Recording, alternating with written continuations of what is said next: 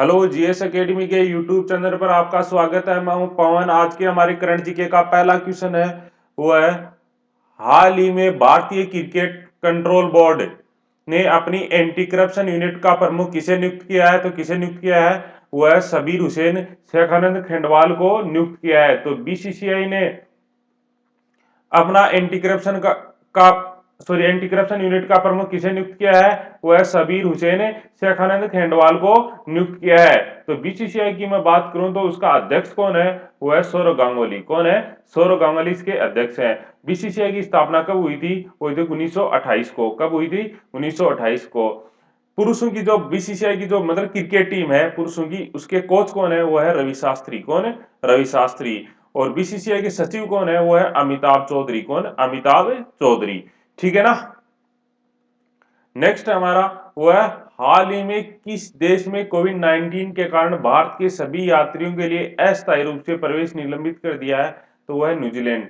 New Zealand ने घोषणा की है कि जो भारत के जो यात्री आ रहे हैं उन पर प्रतिबंध लगा दिया जाए अस्थायी रूप से कोविड 19 को देखते हुए। तो न्यूजीलैंड की बात करूं तो इसकी राजधानी क्या है? वो है वेलिंगटन। क्या है? वेलिंगटन। ये देखो रीजनिंग में भी बहुत बार पूछा जा चुका क्वेश्चन है और जीके में भी बहुत बार पूछा जा चुका क्वेश्चन है कि न्यूजीलैंड की राजधानी तो क्या है? वेलिंगटन। अगला है, वैज्ञानिकों ने नए जीवित रोबोट बनाने के लिए किस जंतु की स्टेम कोशिकाओं का उपयोग किया है? तो वो है मेंढक। किसका? मेंढक। देखो, वैज्ञानिकों ने एक जीवित रोबोट बना रहे हैं, ठीक है, और उनमें एक स्टेम कोशिकाओं का उपयोग किया है। वो किसकी किया है? मेंढक की कोशिकाओं का किया है। तो मेंढक की बात करें तो मेंढक का वर्ग कौन सा आता है? एम्फीबियन यानी उभयचर। कौन सा आता है? उभयचर। और बात करूं मैं इसके संघ की तो कौन सा? कोर्डेटा। तो मेंढक कौन से संघ में आता है? कोर्डेटा में। ठीक है।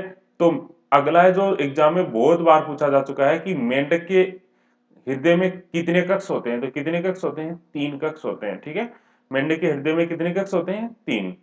तो वैज्ञानिक है वो जीवित रोबोट बनाने के लिए किस जंतु की स्टेम कोशिकाओं का उपयोग कर रहे हैं? वो है मेंढक। ठीक है। अगला, हाल ही में फीफा ने किस देश के फुटबॉल फेडरेशन को निलंबित कर दिया है? तो किस देश की फुटबॉल फेडरेशन को निलंबित कर दिया है? वो है पाकिस्तान। फीफा एक फुटबॉल फेडरेशन है, मतलब अंतरराष्ट्रीय स्तर की एक संस्था है जो फुटबॉल का आयोजन करती है, मैचों का। ठीक है। उन्होंने फुटबॉल फेडरेशन को निलंबित कर दिया है पाकिस्तान की। ठीक है। तो फीफा की बात करूं तो इसका मुख्यालय कहाँ है? ज्यूरिख में। कहाँ? ज्यूरिख में। ठीक है। ज्यूरिख है वो शहर है एक स्विट्जरलैंड का। ठीक है। नेक्स्ट है, हाल ही में किस राज्य सरकार ने सरकारी नौकरी में ईडब्ल्यूएस कैटेगरी के पुरुष उम्मीदवारों को 5 वर्ष तथा महिला उम्मीदवारों को 10 वर्ष छूट देने की घोषणा की है?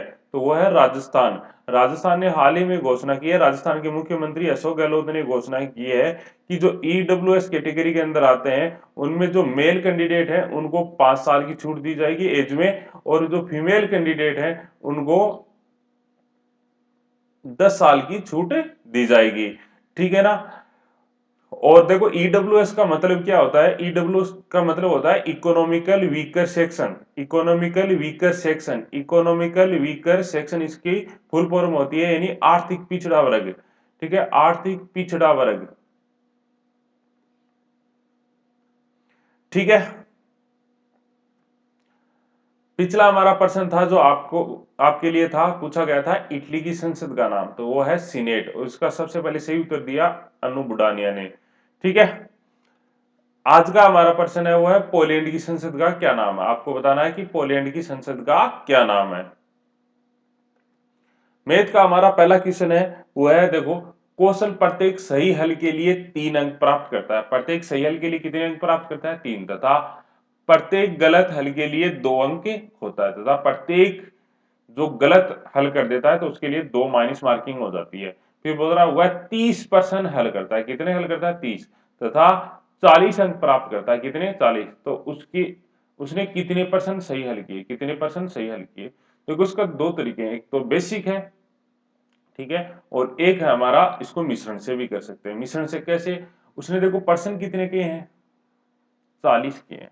अगर मैं सही की बात करूं और गलत की बात करूं तो मिश्रण को देखो ऐसे कर सकते हैं, उन्होंने सही टोटल परसेंट कितने किए? 30 हल किए, और सही के लिए उसे कितना मिल रहा है, एक के लिए उन्हें मिल रहा है 3। तो ऐसा मानो कि उसने सभी सही कर दिए, तो उसने 30% किए थे और एक के उसे 3 अंक मिलता है सही के लिए, तो उसे टोटल कितने मिलेंगे, प्लस 90 90 नंबर ही मिलेंगे ना।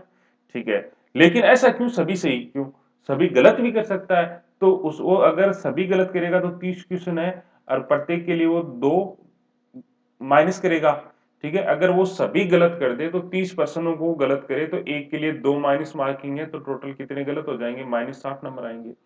अगर वो सभी सही करेगा तो प्लस के 90 नंबर आएंगे, अगर वो सभी गलत करेगा तो उसके माइनस के 60 आएंगे। लेकिन उसने ऐसा नहीं किया, उन्होंने कुछ सही भी किया कुछ गलत भी किया, मतलब वो सही और गलत दोनों को मिलाया है और उसको मिला के कितने नंबर आए हैं, 40 नंबर आए। कितने आए हैं, 40 बोला ना, तथा 40 अंक प्राप्त करता है। अब देखो क्या करें, अगर इनका तिरछांतर करें तो सदैवी इनकी संख्याओं को दर्शाएगा, सही का और गलत का अनुपात दर्शाएगा। तो देखो मैं तिरछांतर कर देता हूं, तो 90 में से मैं 40 घटाऊंगा, कितना बचेगा हमारा, 50। आपको ज्यादा में से कम घटाना है। अब इधर मैं 40 में से 60 घटाऊंगा, देखो 40 में से 60 घटाऊंगा तो माइनस 60 घटाऊंगा तो कितना आ जाएगा, ये 100 आ गया। ठीक है, तो ये आ गया 100। ठीक है, इसको काट दो तो मैं कितना आएगा, 2:1। ठीक है, 2:1 आ गया। तो 2:1 आ गया, मतलब उसने सही अगर 2 किए हैं तो गलत किया है 1, तो मतलब टोटल उसने 3% किए हैं। 3 नहीं किए, कितने किए हैं, 30 किए हैं। ठीक है, तो ये 10 गुना हो गया, तो ये भी 10 गुना हो गया तो कितना आएगा, 20, और ये 10 गुना हो गया तो कितना आएगा, 10। मतलब उसने सही कितना किया है, 20% और गलत कितने किए हैं, 10।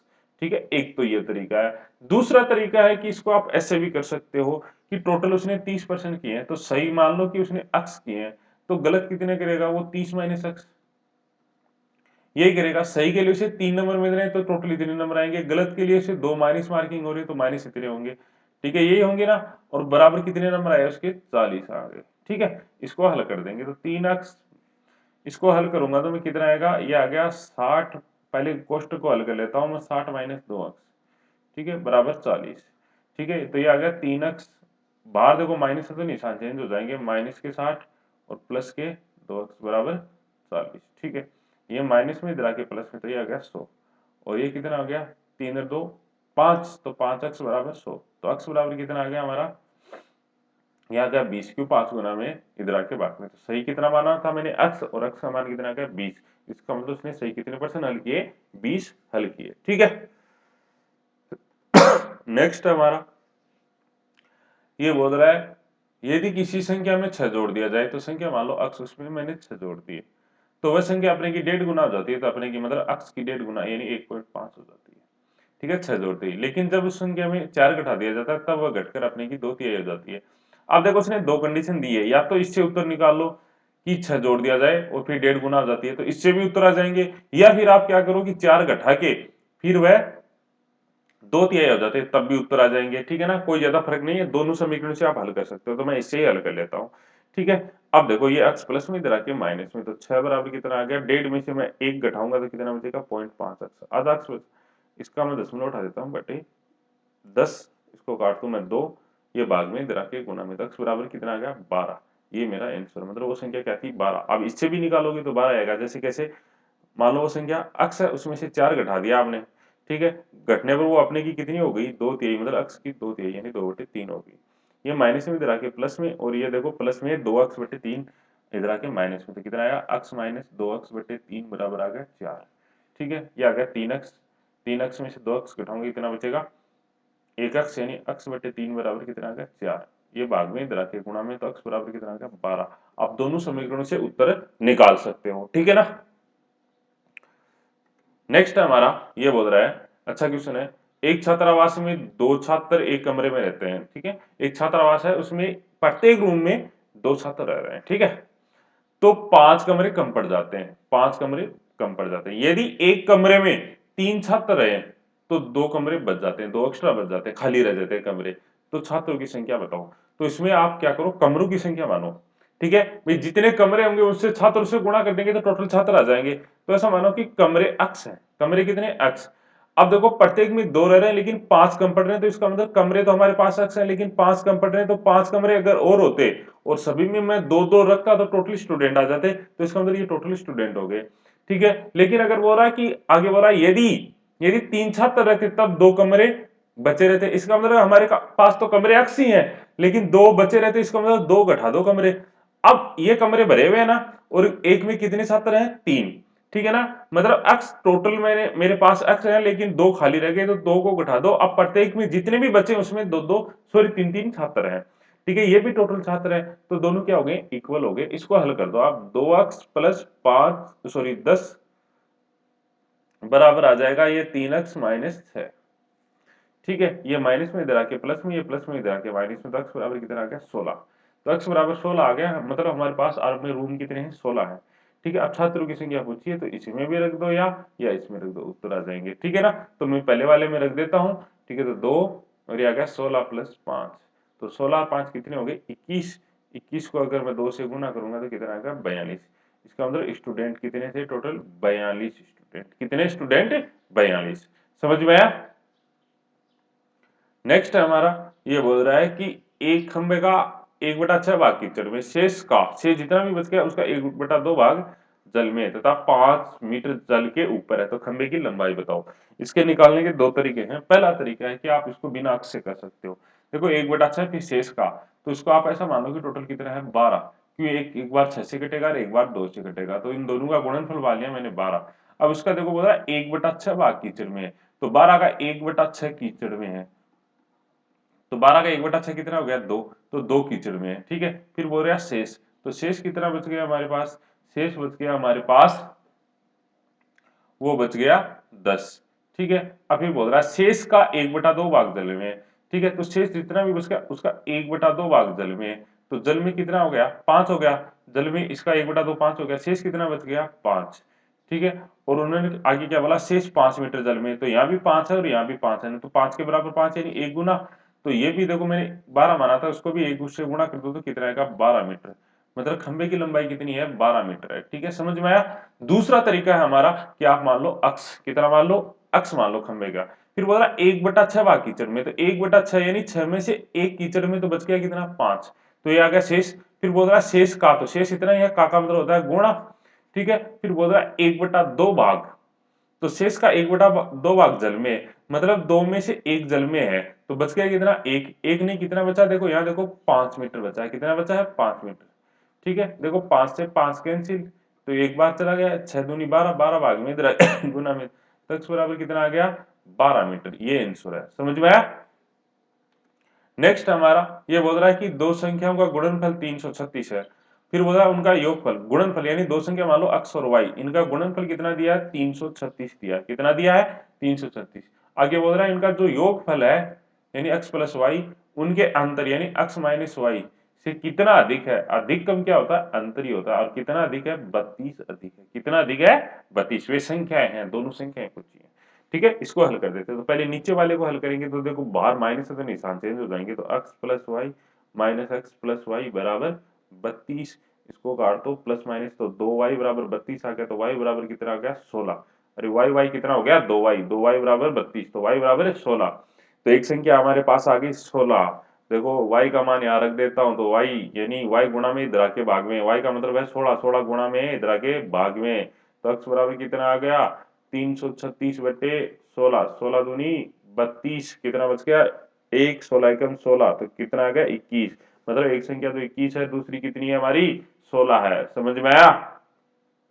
समझ में आया, तो ये आपके लिए क्वेश्चन है, बहुत ही अच्छा क्वेश्चन है, बहुत ज्यादा अच्छा क्वेश्चन है, ठीक है ना, इसको स्टार लगा लेना, बहुत ज्यादा अच्छा क्वेश्चन है। ये बोल रहा है जब एक संख्या को लगातार यानी उत्तरोत्तर 4, 5 और 12 से भाग दिया जाता है, तो शेषफल क्रमशः 2, 3 और 4 बचता है। यदि संख्या में 7, 5 और 4 से लगातार भाग दिया जाए तो शेषफल क्या आएगा, ये आपको बताना है। नेक्स्ट है हमारा, दो संख्या इस प्रकार है कि उनके अंतर योगफल और गुणनफल में 1:7:24 का अनुपात है, दोनों संख्याओं का गुणनफल क्या है, आपको वो दोनों संख्याएं बतानी है पहले, तो फिर उनका गुणनफल बताना है। अगला, एक नक्शा 4 मिमी प्रति 16 किलोमीटर के पैमाने पर बना है, दो स्थान नक्शे में 72 मिमी की दूरी पर दिखाई दिए गए हैं, वे आपस में कितनी दूर पर है, रियल में कितनी दूर पर आपको बताना है। अगला, पानी से भरी, ये बहुत इंपॉर्टेंट क्वेश्चन है, एग्जाम में बहुत बार पूछा जा सकता है, गिलास वगैरह या किसी को जैसे सैलरी दें, इसमें संबंधित क्वेश्चन है ये, ठीक है, ये बोल रहा है पानी से भरी एक बाल्टी का भार 36 किलोग्राम है तथा आधी भरी बाल्टी का भार 21 किलोग्राम है, खाली बाल्टी का भार क्या होगा आपको बताना है। लास्ट क्वेश्चन हमारा 200 तक कितनी संख्याएं 2 और 3 दोनों से विभाजित होंगी आपको बतानी है। ठीक है, सभी के आप कमेंट करके जरूर बताइएगा, वेरी इंपॉर्टेंट क्वेश्चन है। और आज के लिए बस इतना ही, धन्यवाद, थैंक यू।